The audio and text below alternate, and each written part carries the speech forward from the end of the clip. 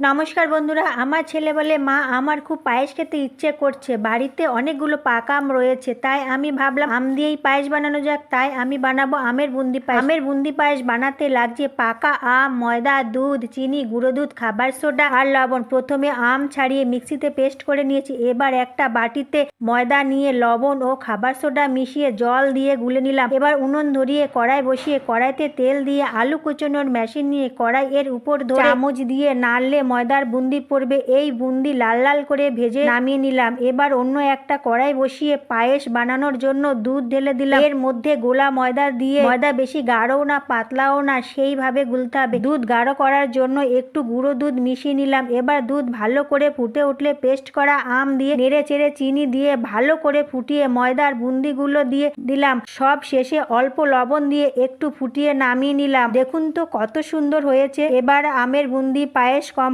বাচ্চারা আম খেতে না চাইলে এই পায়েস বানিয়ে দিন, চেটে পুটে খাবে। আহ, কি দারুণ হবে খেতে।